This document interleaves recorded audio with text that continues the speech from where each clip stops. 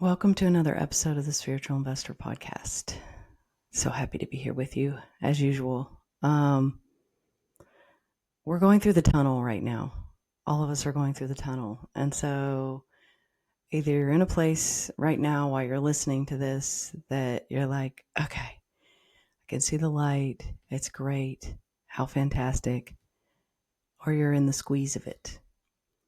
And it's such a wonderful design because I think we've spent a lot of time cleaning up our lives. I think we have spent a lot of time, you especially here, expanding into your greater consciousness. And to a certain degree, you're reaping the benefits of that right now and into this next year.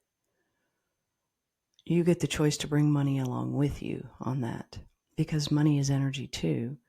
And so does it really even make sense that you would be literally the most powerful you've ever been and not be magnetizing more money to you? So how do you do this? Because we get everything in our life by letting go. But how do you let go of money when you clearly need money? Well, you become really good at the things that invite money in. And then the things that you're letting go are really the relationship and the story and the way of being that occurred before about money. And so you're not letting go of your visions and goals. You are looking inward into those visions and goals and saying, oh, what do I really need to focus on? Because I think this year coming up is really about the disconnection in the 3D in order to master the 3D. Because it's really our frenzied need to connect evidence in the 3D that keeps us stuck. And so by letting go of the evidence, we're not actually letting go of the vision. In fact, I'd say we're even freeing it up. So, I am writing a book right now. And what this is requiring of me is to let go of the things in my life which were not life-giving or which were draining my energy or however you want to say it. There was a cleaning up that had to happen. And some of those things I didn't want to let go of. But I knew deep down that the life that I know is already here for me, that all I have to do is literally allow it in. Like we can feel that life around us, right? Or you can feel that money. I knew that part of that allowing is to elevate the frequency. And so elevating the frequency means being responsible for looking at the things around you and not shutting them out from a place of boundary, because boundaries are 3D. When you're being something, the self-expression of something, you don't need a boundary. It's just like, I was really hesitant about moving back to this little town in the South because I thought, okay, well, yes, it's wonderful because my family's here and everything, but I don't have any tolerance for any, like a strict value system, right? Like any type of racism or anything like that. Like you're not going to get anywhere with me with that. Well, no one's ever said anything to me, and I, it's never come up. And I asked my aunt about it, and I said, God, no one's ever really put that in my face or tried to put their value system on me or anything. And she said, they wouldn't dare. And I realized in that moment that it's because I'm the self-expression of a human being who would not tolerate that. And That's a boundary, but it's an effortless boundary.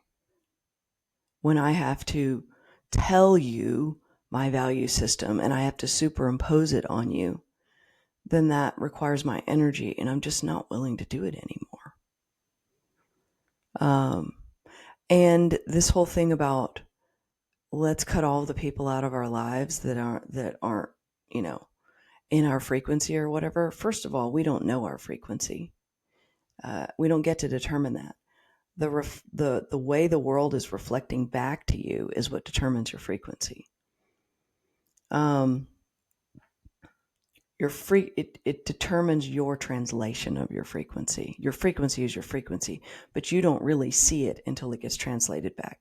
Meaning, if you have all these things blowing up around you and you've got like bombs going off everywhere and your relationships are all broken and that is showing you your frequency. So it's not about cutting that stuff out, because the reflection back is also the lesson. It's you get to rise in frequency at the result of seeing the lesson. Who will you be? So it's all the perfect design. If you are willing to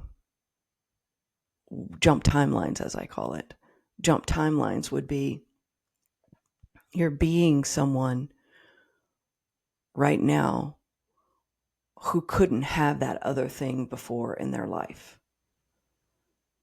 It's like it can't be a part of you anymore. So an example would be, I can't go out on Friday and Saturday nights and drink beer until 3 a.m. like I used to do when I was 20.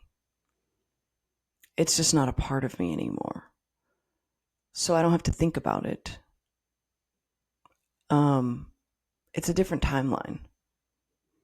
Now there are smaller things, smaller. I guess nothing is really small unless we say it's small, but I would say less obvious in your face things where you're doing this. You can jump a timeline and become the version who doesn't interact with a part of your life that wasn't working. And then your work becomes to continue being the version in the new timeline.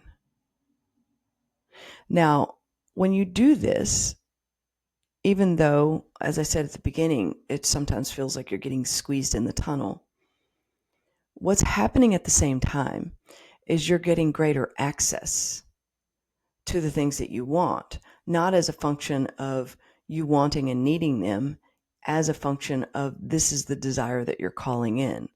Like, I know what my future looks like. I really do. The only thing is, can and will I live into it? I surround myself by people who know what that future looks like too. And I'm really fortunate because they say, you might want to look at this, or you might want to change this, or, and sometimes they don't say it in the greatest way. And I get to choose whether that I'm going to take that personally or not. Because if you're taking something personally, then that's really your ego. So you're getting the gift of someone out here saying, by the way, Elizabeth, you might want to look at this. And if you take it personally, then you're just blocking it. And then you're just going to keep getting that over and over again. The thing is with me is that I am able, I think, to take things less personal, especially from people that are really, really close to me. So that's helped. So we all have these little things that help us along the way. But when I say you're getting greater access, that's with money too. But it's not the money that you have known before. And so you can really help yourself a lot if you start to think of new money versus existing money. Because if you're going to jump timelines, then you want to jump timelines with money too. And so why is it that the new money that comes into your life, why does it need to come in the way that it did before, or have these rules and definitions? And Why do you need to do the same thing with this money before that you did with this money before? Well, you don't.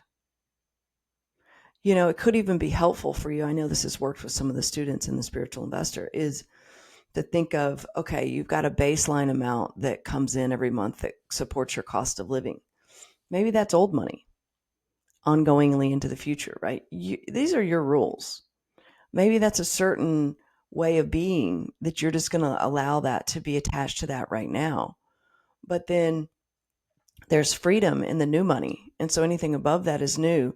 And you get to apply all new rules with that. Can you do that? That's kind of bridging both worlds. That's kind of like standing in one timeline and then the other. But whatever you need to do, as I did a whole episode on that, we're calibrating our way into our new frequency. And so when you do that, you open yourself up to actually feeling what's going on. And you can feel the market. You can feel money. Many of you can feel money now, but then you get stopped on it, because then what happens is you go, but I don't know, next step, next step, next step, and then you stay there. If you jump timelines and you have a new relationship with that money, then do you need any rules? Do you need to even mitigate the risk to a certain degree? Not really. So as we go into this, we're going to be talking more about ways that you can have that new relationship with money, because everything's being determined by that. One of the things, and this is what we do in the mastermind, is we do a cleaning of the slate the first 3 weeks, meaning you jump timelines with who you are, because then you're able to show up in a new way for money. Like, I don't start you at the very beginning going, okay, here's what to do. I mean, I really don't tell you what to do anyways. I'm a guide, and the answers come from within you. It's a custom approach to, you tell me the design of your life, and I'll tell you how to make it happen very quickly, in a way that makes you wealthy. That's what I do best. That's what I've done for myself. That's what I've done for many others. And so the mastermind is, it is a brilliant structure, actually, for you to get accelerated results, because it's concentrating the transition of you into the new timeline and the bringing of the money into that. And it's allowing you within 12 weeks to also be that for a little while, because our psyche and our energetic systems, they need some repetition with it. Like, you're gonna want to rubber band back to the old timeline. You're gonna want to rubber band back to the old you, but you're not really going back. What's happening is you have decided in your mind that you want to do something, and then you actively start to be that, but then your body has a different conversation going on. And so what will happen is those triggers will come up, and then your body will react, wanting to pull you back, a lot of times pulling you back. So the mastermind is really kind of like going to a new planet for a little while. And it's interesting because the people who have been in it for a while, because we have people who go through it, multiple times, they will say that they don't recognize themselves. And I think that's kind of what we're going for, just in life in general. Like, we want to not recognize ourselves, because the discovery of that new version of us is so free. And when we're recognizing ourselves, we're really recognizing our ego anyways. So what this access does with money is it allows you to separate the intuition with money from fear. And that's really what causes the lion's share of problems with people. And I'll say a 3D way that I see this show up, that you can, kind of look at yourself and go, is this happening? People say, okay, I want to take this certain amount of money. Let's say it's $50,000, right? I want to take $50,000 and I want to expand that. and I want that to be income at some point. And I want that to financially support me, because that's really what we're looking for is we're looking for safety and we're looking for freedom. Um, so we take that and we say, okay, I want to expand this. Well, then you may choose an investment, but then something happens with the economy and the market goes down, or the market could even go up and you're like, I didn't invest enough, right? There's going to be something. So the market goes down and then you start to question it. And then you want to make a decision. Well, you're making a decision in that moment because you believe that something is either not been done well enough or it's going to take something away from you. And you know in your heart that when it comes to life, the worst time to make a decision is when you're in fear. Yet you do it over and over again with your money. And you call it intuition. You call it a feeling. And so you don't realize how much it's costing you to be at the mercy of your fear with money. I mean, if you just clean that up, oh my God, your whole financial life would look completely different. Because, talking about this $50,000, you can easily turn every 50,000 you want to into 450,000. You just need 20, 25 years, a decent return between 11 and 14, 15%. And voila. And then from that, you can withdraw at some point in the future during that. Let's say you leave it there for 25 years. You can withdraw about $1,700 a month. Now, imagine if you did that every year. Imagine if you took that 1,700 and then magnified that 10x, 15x, 20x, right? You're a multimillionaire without even really doing anything that different, because 50,000 a year, it's not even a lot. I mean, a year is a long time. Do you know how fast our life moves right now? Do you know how powerful the momentum is that you have access to, you now, at the level you're playing at? So are you going to use that momentum to go to the gym more? Or are you going to use that momentum to call in more money? Or are you going to do both? Because that's another thing. Stop living in an or world. You can do whatever you choose. There is no such thing as time. There is only priority. And the way that I run my life, if you will, is I look at what are the things that I want to bring in, and how in line are the things that I'm doing now? How in line are they with that? Another aspect that I bring into the way that I live my life is I look at what happened within the structure of the past. Now, it's funny because and you come into the mastermind, the very first thing you do is you learn to drop the past.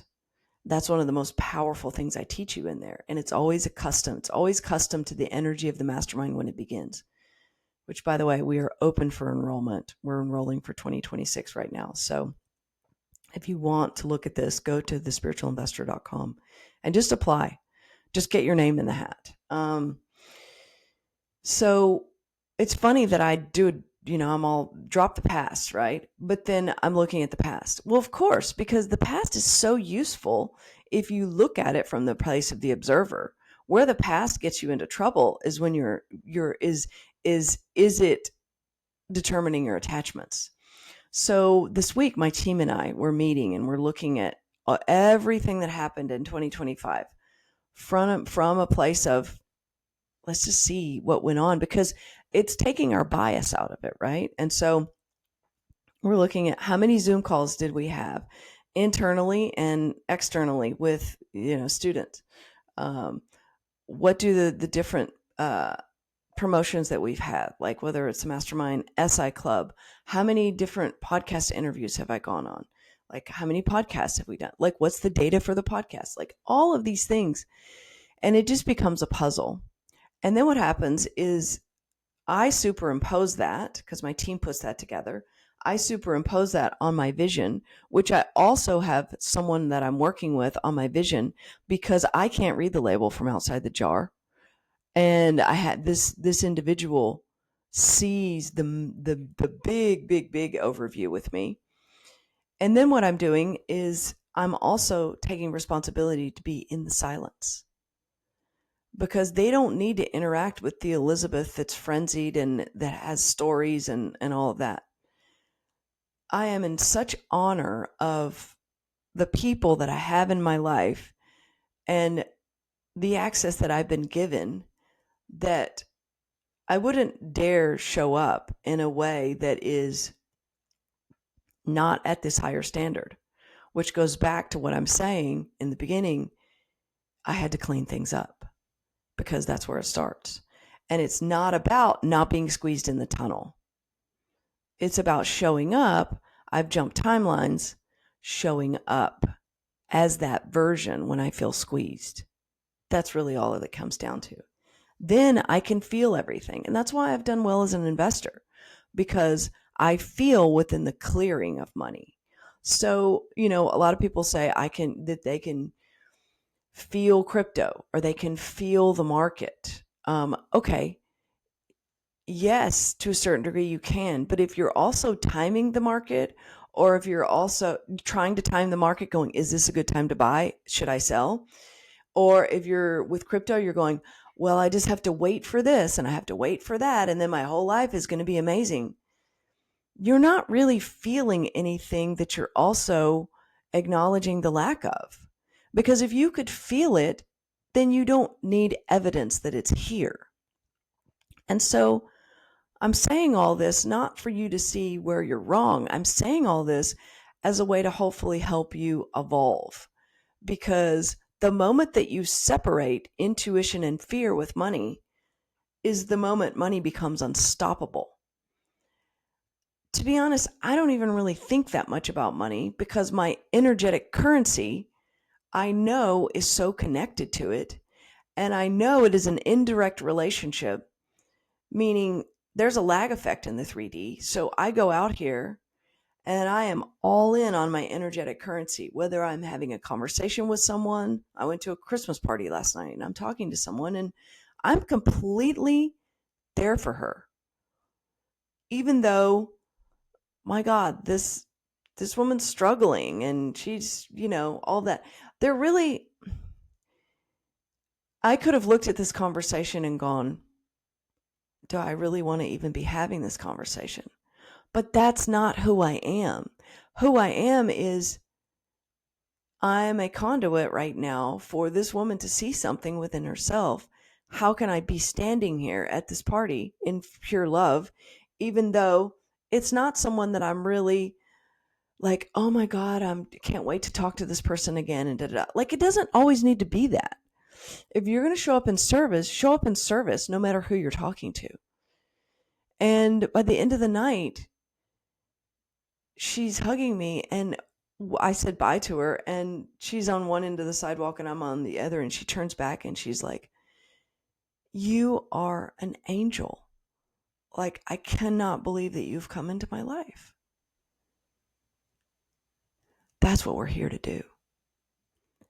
And money is so willing to support you in this life. Money is so willing to support you in your journey. But you got to let go. You have to let go of this frenzied nature that you have with money, because that is a resistant, not very attractive energy for money. And you and your whole spiritual expansion that you're going through, know that you're choosing to let money sit out in the cold if you don't have more money ongoingly all the time. Because you can't rise in your frequency and then be choosing and allowing money to come in and it not be there with you. You just can't. And so I can't wait to continue this conversation with you in 2026. I can't wait to work with you. I can't wait to, whatever way feels right for you to connect, whether it's just here on this podcast And then, a lot of people write notes from this and they study this. You can come into the SI Club. We have extended podcast conversations in there. So we have people kind of talking about the podcasts. The mastermind is an IV shot in the arm. And so your first investment is you. You know that. And so it doesn't matter where you are with your money, doesn't matter if you have debt, doesn't matter all the things, because that's a lag effect. That's circumstance. You within the mastermind developing and becoming that version of you who then looks back in on that debt with a new lens, who then looks back in on those visions and goals that you want. That's what you're trying to do. So thank you for spending the time with me here. Connect with me on Instagram, send me a DM, let me know your questions, or in the SI Club. If you want to apply for the mastermind, it's always, always full. So like I said, we give priority to those who've applied. So go to thespiritualinvestor.com and just throw in your application. That way, you're sort of energetically in line with it. What happens is that in itself will start to transition you. You'll see. All right. So much love to you, and I'll see you on the next episode.